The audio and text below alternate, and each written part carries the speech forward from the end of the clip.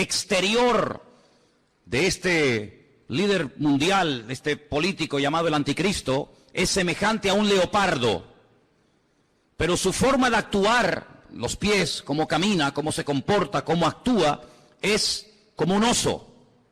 Pero cuando habla, cuando da a conocer su mensaje, dice que es como un león.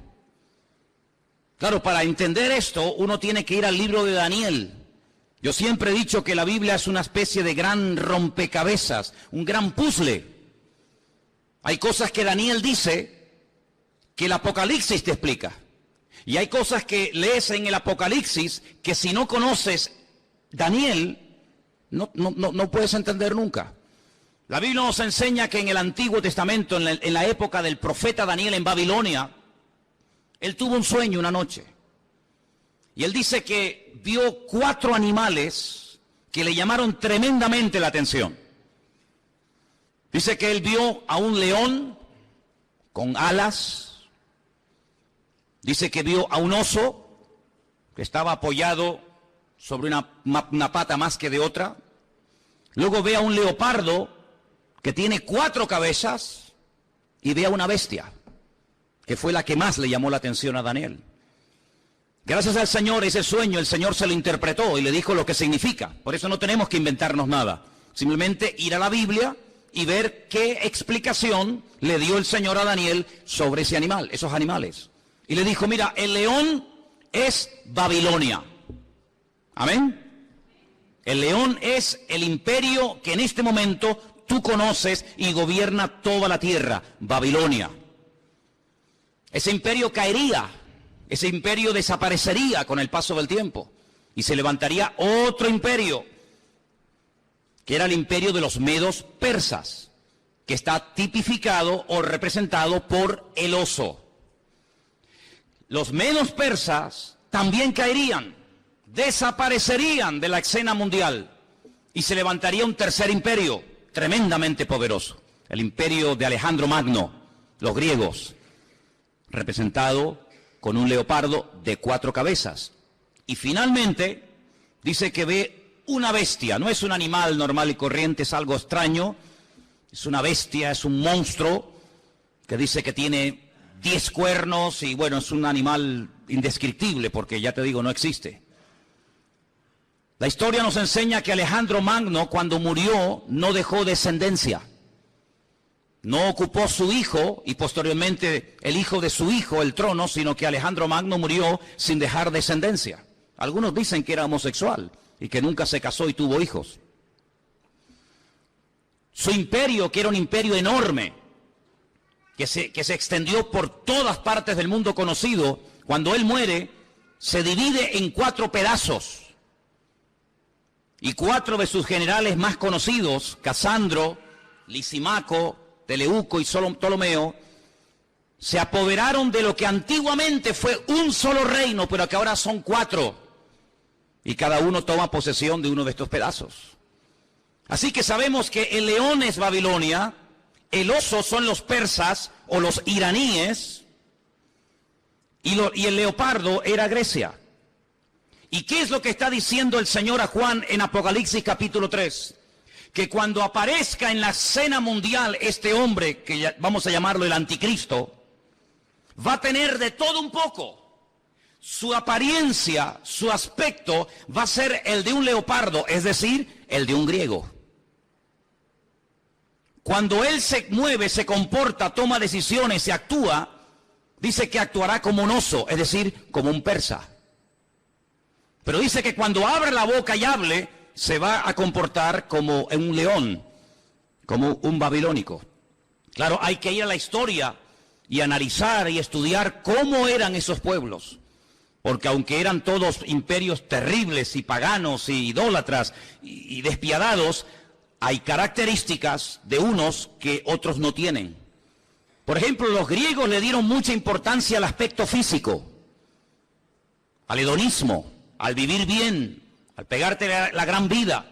Pero cuidado, no eran ateos. Los griegos no eran ateos. Les recuerdo que cuando el apóstol Pablo fue a Grecia, a un lugar público llamado el Areópago, donde se compartían las enseñanzas y allí estaban los filósofos de la época, el apóstol Pablo dijo: hoy paseando por vuestra ciudad, por Atenas, he observado que ustedes los atenienses sois gente muy religiosa. No eran ateos, pero eran religiosos. Dice que al apóstol Pablo le llamó la atención que vio un altar donde no había ninguna imagen, pero había una inscripción que decía: al Dios no conocido. Es decir, por si acaso nos hemos olvidado de reverenciar o de adorar a un Dios que no sabemos cómo es, le ponemos una inscripción para que no se sienta ofendido. Luego, una de las características de los griegos era que le daban mucha importancia a la cultura, a la filosofía, a los deportes. Ellos fueron los inventores, los creadores de las Olimpiadas. Ellos le daban mucha importancia al aspecto físico. Llenaron toda Jerusalén y el mundo conocido de antaño de gimnasios. Le daban mucha importancia al culturismo, al aspecto físico. Pero también eran personas que tenían grandes problemas con la lujuria. La mayoría de ellos eran bisexuales, le gustaban tanto los hombres como las mujeres. Eran personas que no tenían ningún tipo de escrúpulos, eran personas que no tenían ningún tipo de moral, eran personas que le daban rienda suelta a cualquier impulso de la carne, con tal de que te sientas bien, lo puedes hacer. ¿Quieres ser homosexual y eso te hace sentir bien? Adelante. ¿Quieres ser cualquier otra cosa? Adelante. En otras palabras, no te reprimas.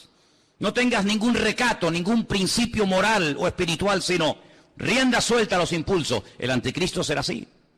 El anticristo no será un ateo, pero será una persona, un libertino, una persona que le dará igual lo que sea, con tal de que la gente se sienta contenta y feliz. Por eso dice que su aspecto, su forma de ser, es como la de un griego, una persona que le da lugar a la carne, al hedonismo. Pero dice que cuando actúa como un oso, como un persa. Y hermano, es interesante notar porque el imperio persa siempre tuvo algo muy interesante entre ellos, y es que siempre tenían una intención de expandir su territorio. Saben que desde hace muchos años ha estado mareando la perdiz los persas, Irán, pero una de las cosas que quieren es, siempre lo han querido y lo han dicho y no lo han ocultado, es la destrucción y aniquilación total y absoluta del Estado de Israel. Israel ha amenazado en varias ocasiones a Irán porque sabe que están construyendo armamento nuclear, no con fines, digamos, científicos, sino con fines militares. Irán recientemente dijo: si somos atacados por Israel, tenemos en este momento 80.000 misiles apuntando a la ciudad de Jerusalén y la destruiremos en cuestión de minutos. Es lo que ellos dicen. Por lo tanto, aunque aparentemente es una persona pacífica y educada y con una cultura tremenda, por otra parte, en su corazón es una persona que le gusta la guerra. Dice la Biblia, recuerden, la semana pasada cuando hablamos de este personaje, dice que él cambia de religión. Dice que al Dios de sus padres lo deja de adorar y comienza a adorar a Alá Maozín, al Dios de las fortalezas o al Dios de la guerra. Es una de las características del anticristo. No es un ateo, pero es una persona que utiliza lo espiritual, lo religioso, para fundarse en esa fuerza espiritual que da, por así decirlo, la religión, y emprender guerras. Todos sabemos que muchas guerras se han emprendido, y las que faltan, en nombre de Dios o en nombre de la religión. Los protestantes han matado gente, los católicos han matado a gente. No hay ni una sola religión que no esté manchada de sangre. Todos han utilizado el nombre de Dios.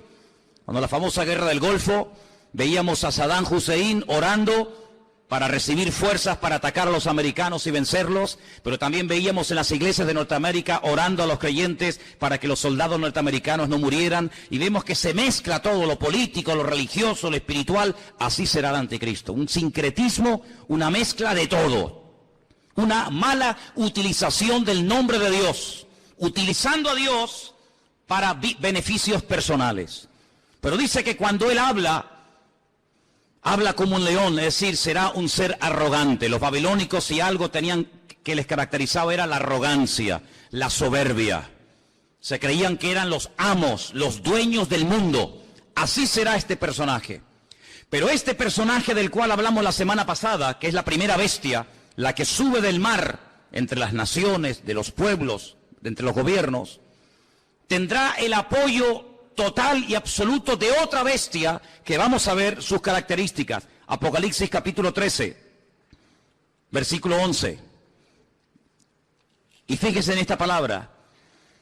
Después di otra, no es la misma, es otra bestia que subía de la tierra.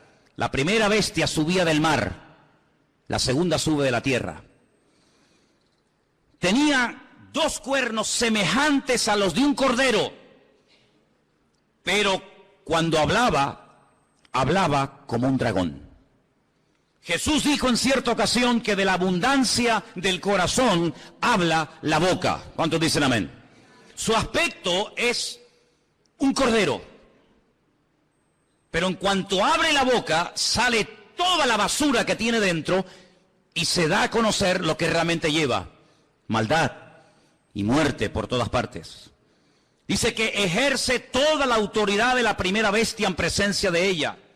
Hace que la tierra y los moradores de ella adoren a la primera bestia, cuya herida mortal fue sanada. Versículo 13. También hace grandes señales, de tal manera que aún hace descender fuego del cielo a la tierra delante de los hombres. Versículo 14. Engaña a los moradores de la tierra con las señales que se le ha permitido hacer en presencia de la bestia, mandando a los moradores de la tierra que le hagan imagen a la bestia que tiene la espada, la herida de espada, y vivió.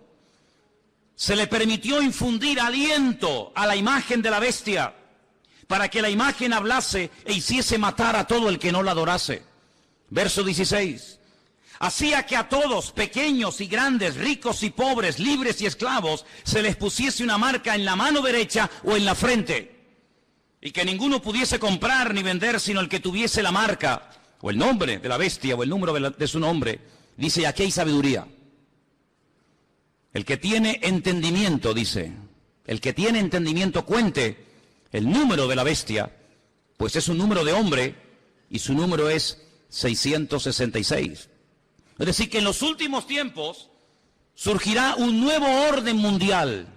El mundo no será como lo hemos visto hasta el día de hoy, donde cada uno hace lo que le da la gana y cada uno gobierna. No. En los últimos tiempos habrá un nuevo orden mundial dirigido y capitaneado por un presidente mundial que tendrá una fuerza militar, económica y política increíble.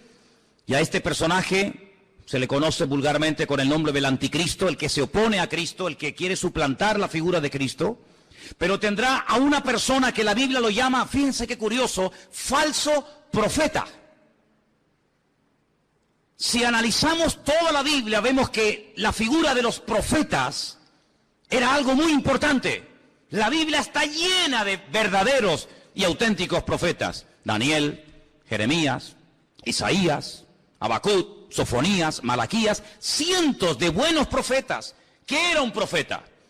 Un profeta era un hombre de carne y hueso, como cualquiera de nosotros, con una comunión con el Señor tremenda, que a través de sueños o de visiones o por voz audible recibía mensajes del Eterno, recibía mensajes del Señor para transmitirlos al pueblo de Israel, para que de esa manera el pueblo no pecara, para que de esa manera el pueblo no terminara adorando a otros dioses, para que el pueblo supiera en todo momento lo que tenía que hacer y lo que no tenía que hacer.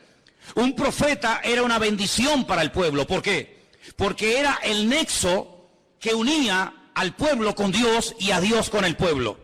Era la persona que hacía la función de la boca de Dios. Cuando Dios quería decirle algo al pueblo, hablaba a través del profeta. Pero dice la Biblia, y la Biblia está llena de ejemplos de falsos profetas.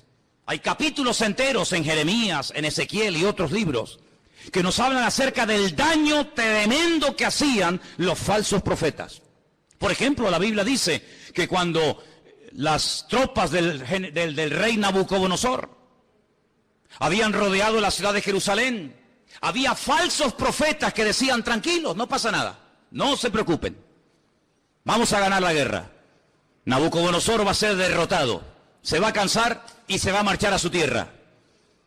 Vienen tiempos de paz, vienen tiempos de abundancia, vienen tiempos de prosperidad. Pero había uno llamado Jeremías, que era el verdadero profeta, y decía: no les crean, les están mintiendo. Es mentira, no viene paz, viene guerra. El enemigo no se va a ir, nos va a destruir, nos va a destruir la ciudad, nos va a quemar el templo, va a matar a nuestros jóvenes. Siempre hubieron falsos profetas que engañaban al pueblo. Siempre había falsos profetas que venían supuestamente en nombre de Dios. Y la gente, lógicamente, en muchas ocasiones, le hacía más caso y prestaba más atención a los falsos profetas que a los verdaderos profetas. ¿Por qué? Porque el falso profeta decía lo que el pueblo quería oír. El verdadero profeta muchas veces iba en contra de la voluntad del pueblo. Por eso a la mayoría de los profetas los terminaban matando. ¿No dijo el Señor: Jerusalén, Jerusalén, que matas a los profetas y apedreas a los que yo te envío? ¿Cuántas veces quise juntar a mis hijos como la gallina junta sus polluelos y no quisisteis? La ciudad de Jerusalén pasó a la historia como una ciudad que mataba a los profetas. Porque los profetas confrontaban, los profetas hablaban claro, los profetas no eran aplaudidos, eran gente odiada. Era gente que muchas veces tenía que vivir totalmente dependiendo del Señor, porque los querían matar, los querían torturar y querían taparles la boca a cualquier precio. Y curiosamente dice la Biblia que el anticristo tendrá el apoyo incondicional de un hombre que no va a ser un político. Recuerda eso. El falso profeta no será un político. Será una persona que se encargará fundamentalmente de 4 cosas. Primera, lo hemos leído. Versículo 12. Hará todo lo posible para que todas las naciones de la tierra reconozcan la autoridad y se sometan a la autoridad del anticristo. Es decir, no atrae la gente hacia sí mismo, sino que atrae la gente hacia el anticristo.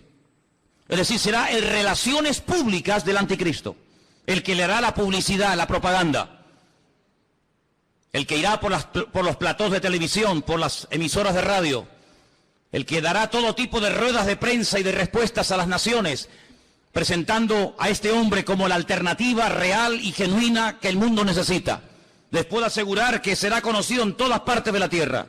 Un hombre carismático, un hombre que sabrá llevarse bien con los árabes, con los judíos, con los musulmanes, con los católicos, con los evangélicos, con los ateos, con todo el mundo. Un hombre con un don de palabra extraordinario y un hombre que lo que pretende es desviar la atención de la gente hacia el Dios vivo y verdadero y llevarlos a la ruina, diciéndole a la gente: este hombre es lo que el mundo necesita. Este hombre es el que va a solucionar los problemas de la crisis, del paro, los problemas económicos, los problemas entre palestinos y judíos. Este lo va a solucionar todo. Primera función del falso profeta. Segunda, versículo 13. También hará grandes señales. La Biblia no dice qué tipo de señales hará, pero curiosamente menciona una que es tremendamente poderosa. Y dice que hará descender fuego del cielo a la tierra delante de los hombres. Solamente hubo un hombre en toda la historia de la humanidad que en un momento oró y cayó fuego del cielo, demostrando que el Dios que él adoraba y honraba era el verdadero Dios. Y era el profeta Elías. En el Monte Carmelo, dice la Biblia que allí hubo una confrontación del mundo de las tinieblas contra el mundo espiritual, contra el mundo del Señor. Y el profeta Elías dijo: la respuesta no tiene que ser a través de un sueño, la respuesta no será a través de una visión, a través de un ángel, sino la respuesta tiene que ser algo contundente y visible a kilómetros. Y allí en lo alto de ese monte en el que hemos estado en cantidad de ocasiones, desde donde tiene una perspectiva de una zona geográfica muy grande de Israel, allí él oró y dice que descendió fuego del cielo y 400 profetas falsos de Baal fueron degollados en aquel día. Nunca más nadie ha hecho eso. Bueno, perdón, una vez unos hermanos en el Nuevo Testamento, cuando fueron a entrar a una ciudad a evangelizarla, a hablar del Señor, y no los quisieron oír, le dijeron al Señor: Señor, ¿nos das permiso para que oremos y caiga fuego del cielo y los destruya a todos? Y el Señor les dijo: no, queridos, yo no he venido a eso. monarjes, hijos del trueno, no les dio autorización para que oraran, para que cayera fuego del cielo. Pero en los últimos tiempos habrá un hombre que por un poder satánico, por una unción falsa, pero poderosa al fin y al cabo, dice que tendrá la capacidad de sorprender a las naciones haciendo caer fuego del cielo. Será una de las muchas señales que este hombre haga. Así que primero intenta llevar a la gente al anticristo. Segundo, hará grandes señales. Tercero, versículo 14. Engañará a los moradores de la tierra con las señales que se le ha permitido hacer. Jesús dijo en Mateo capítulo 24, hoy se ha leído este capítulo aquí en el púlpito. En Mateo capítulo 24 dice que cuando Jesús salía del templo de Jerusalén, los discípulos le dijeron, Señor, observa, qué templo tan hermoso tenemos. Un templo maravilloso, es una maravilla para nosotros los judíos tener un templo tan bonito en nuestra ciudad de Jerusalén. Jesús les dijo, no quedará piedra sobre piedra que no sea destruida. Cuando ellos cruzan el torrente de Cedrón y se van al monte de los olivos, allí 4 de sus discípulos, 4 solamente, le dicen, Señor, ¿cómo? ¿Cuándo? ¿Cómo que va a ser nuestro templo destruido? Dinos, ¿qué señal habrá de tu venida y del fin del siglo? Y el Señor les da un mensaje tremendo que les animo a que lo vuelvan a leer en casa. Mateo 24, también lo tienen en Lucas 21. Y una de las cosas que repite reiteradamente el Señor es esta: mirad que nadie os engañe. ¿Cuántos dicen amén? Que nadie os engañe. Y curiosamente dice, porque vendrán falsos cristos. ¿Qué significa la palabra Cristo? Tanto que la utilizamos los cristianos, tenemos que saber lo que significa, ¿no? Viene de la palabra hebrea Mashiach, que significa ungido. Vendrán muchos falsos ungidos. Eso es lo que está diciendo. No solamente personas que dirán, que yo soy el Mesías, sino vendrán vividores, farsantes, personas que utilizando el púlpito de las congregaciones, personas que utilizando medios de comunicación como la radio, la televisión, etcétera, engañarán a muchísimas personas utilizando tal vez la manipulación, utilizando tal vez los problemas físicos, emocionales o espirituales de la gente. Dice, y a muchos engañarán. Pero el Señor dice, mirad que nadie os engañe, porque no solamente vendrán falsos ungidos, sino también dice falsos profetas. ¿Qué es un profeta? Un profeta es un predicador, ¿sí o no? Es uno que predica, es uno que proclama un mensaje, en este caso un mensaje bíblico, un mensaje de Dios. Dice, pues vendrán falsos predicadores. Y usted dice, pero hermano, ¿sabes lo que estás diciendo? Totalmente. Y ya han comenzado a proliferar por todas partes del mundo falsos predicadores, falsos evangelistas, falsos maestros, falsos profetas, que incluso a veces con milagros o con señales llegan a seducir y a engañar a la gente. Y no es algo nuevo, lo estamos viendo de hace 10 años a esta parte, en todas partes del mundo.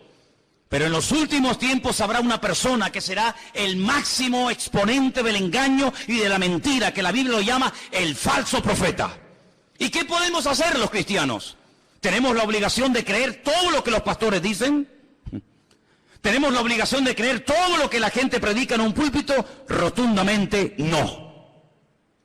La Biblia nos enseña que cuando una persona proclama el Evangelio, y más cuando una persona se llama o se autodenomina profeta, la congregación, la audiencia, el pueblo que escucha el mensaje, tiene que filtrar, tiene que analizar, tiene que escudriñar si lo que este hombre está diciendo es palabra de Dios o es falso. No se puede decir amén a cualquier enseñanza, hermanos. Yo soy vuestro pastor hace 14 años en esta iglesia. Pero el día que yo me aparte del Evangelio, el día que yo me aparte de la verdad, el día que yo les enseñe algo falso, no me crean, no vengan más a este lugar. Porque la Biblia nos enseña que la oveja tiene la obligación de rumiar la comida antes de tragársela. ¿No hablamos hace poco de una de las características de las ovejas? ¿Sí o no? ¿Y cuál es una de las características de la oveja? Que es un animal rumiante. ¿Y qué es un rumiante? Un animal que primero mastica, mueve la comida, la saborea, la prueba, y luego después de haberla masticado bien, se la traga. Y esa es una de las características que tenía que tener un animal limpio para poder ser ingerido. El Señor dijo que tenga pezuña y que sea rumiante. Y el Señor quiere que tú seas, permíteme la palabra, un rumiante. Una persona que diga, un momento, te he oído, he prestado atención, he tomado buena nota. Perfecto. Déjame analizar a través de las Escrituras si lo que tú hoy nos has enseñado, si la palabra que nos has traído es bíblica o es mentira y es falsa. Dice la Biblia que cuando Pablo fue a la ciudad de Berea, ¿os acordáis? Dice que los judíos de la ciudad de Berea escucharon a Pablo durante varias semanas, durante varios días de reposo en la sinagoga, compartir la palabra. Pero dice que eran gente más noble que los de Tesalónica. ¿Por qué dice la Biblia que los judíos de Berea eran diferentes a los judíos de Tesalónica? Dice, porque ellos comprobaban cada día en las Escrituras si las enseñanzas que el apóstol Pablo le daba a la congregación eran palabra de Dios o no eran palabra de Dios. ¿Cuántos dicen amén? Por lo tanto, hermanos, yo siempre les he animado, siempre les he dicho, y lo seguiré diciendo cada día, que ustedes tienen la obligación de escudriñar las Escrituras, de conocer la palabra de Dios, de no tragarse todo lo que oigan, de no tragarse todo lo que vean y oigan en internet, de no decir amén a todo, de no abrir su corazón a cualquier ministerio, de no dejarse ministrar por cualquier persona que aparentemente tiene palabra, hace milagros, señales y prodigios, pero alto, la Biblia nos enseña que el falso profeta no solamente será un tremendo predicador, un tremendo orador increíble, sino que además será una persona que su ministerio, entre comillas, estará caracterizado por señales, milagros y prodigios. ¿Qué te parece? Pero ¿sabe qué? En el versículo 13 dice que este hombre hará grandes señales, grandes señales. Usted tiene que prestar atención a esas señales. ¿Por qué? Porque no toda señal es evidencia de que le está dando gloria y honra al Señor y que esa unción viene de parte del Señor si no sabe Dios de dónde viene. El falso profeta se diferencia del anticristo en tres cosas muy importantes. Primero, su procedencia es diferente. El mundo de la política produce, permítame la expresión, la política produce, es el terreno donde se levanta el anticristo. El falso profeta no se levanta del mundo de la política. El falso profeta se mueve en el terreno religioso, en el terreno espiritual. ¿Se han dado cuenta que en los últimos años ha habido muchos intentos por tener una religión? Lo intentó la New Age, la nueva era. Lo ha intentado el Vaticano en múltiples ocasiones con las famosas reuniones ecuménicas. Los Bahá'í ya propusieron hace muchos años haber una religión mundial, porque fíjense qué curioso, este continente en el que vivimos, el continente europeo, en 2 ocasiones se ha enfrentado a muerte un país contra otro.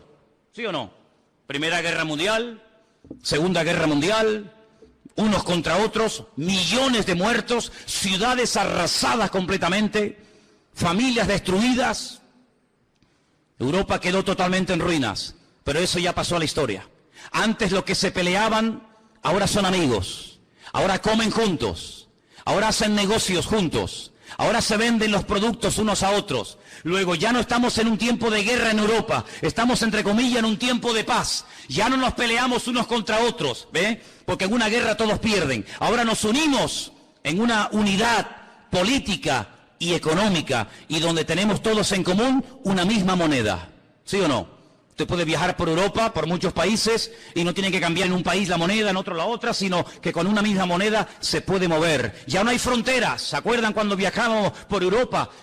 Ya no hay fronteras. Puedes pasar de un país a otro prácticamente ya, a cualquier hora puedes pasar de un país a otro.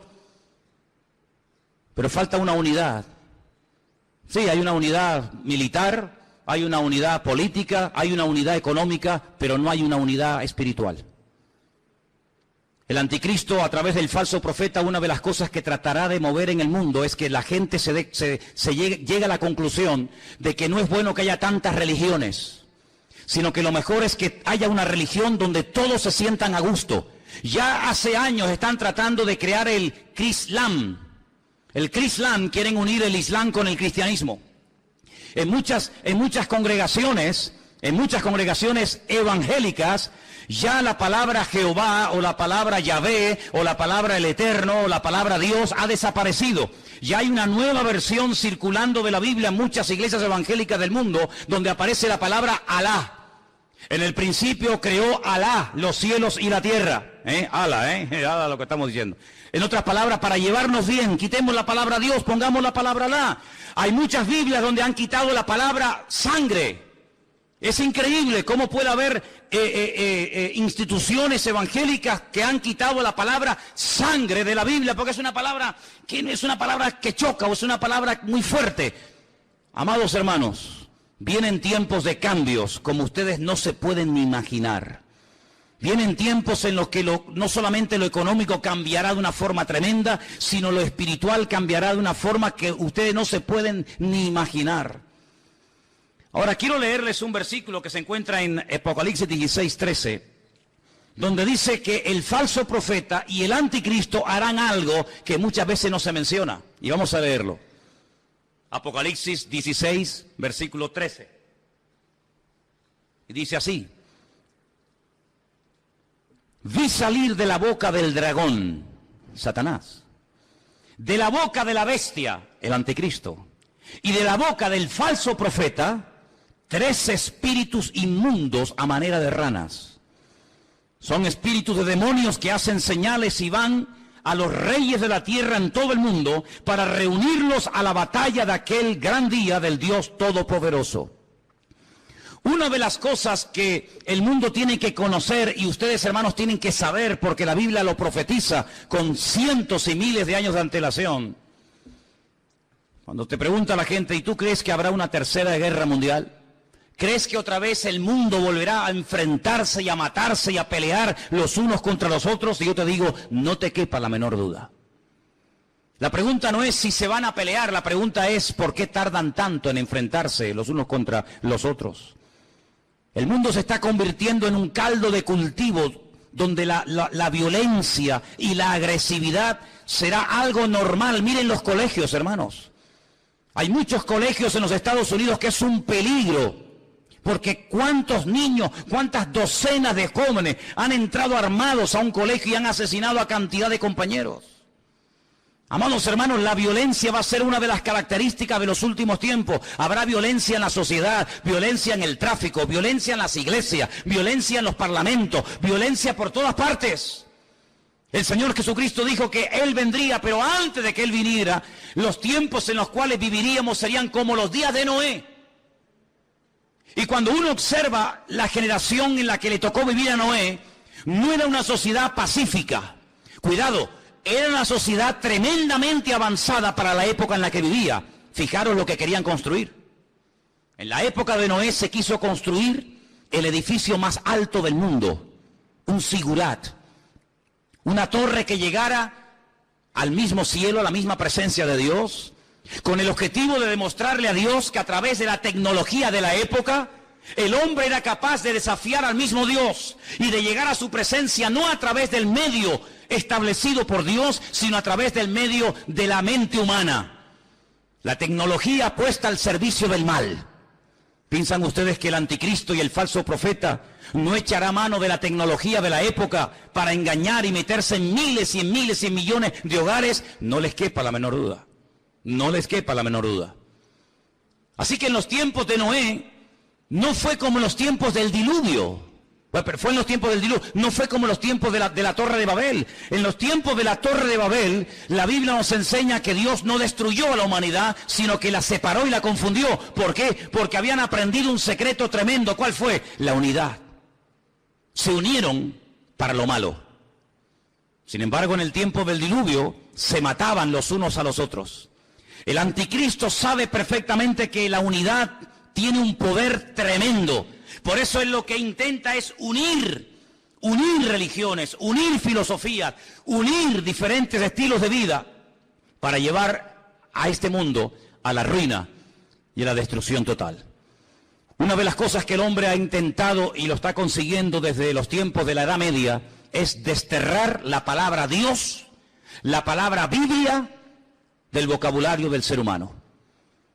Hoy en día se oye hablar muy poco de Dios, muy poco de Biblia. ¿Por qué? Porque los hombres a lo largo de la historia han intentado destruirse los unos a los otros. Pero el objetivo final del diablo es destruir a Dios, quitar a Dios del vocabulario de la gente. ¿Y qué es lo que hace el falso profeta? Levantar al anticristo para que lo adoren a él. Y no es la primera vez que un hombre reclama honra y gloria para sí mismo. No es la primera vez que un César, que un faraón o que cualquier persona ha intentado levantarse más alto que Dios y matar y asesinar a todas aquellas personas que no lo apoyan y no lo reconocen. Una de las cosas que hará el falso profeta es algo tremendo. Dice que marcará, sellará a la gente. Ahora, esto no es nada nuevo. Si ustedes leen esta noche tranquilamente en casa el capítulo 9 de Ezequiel, recuerden, Ezequiel capítulo 9.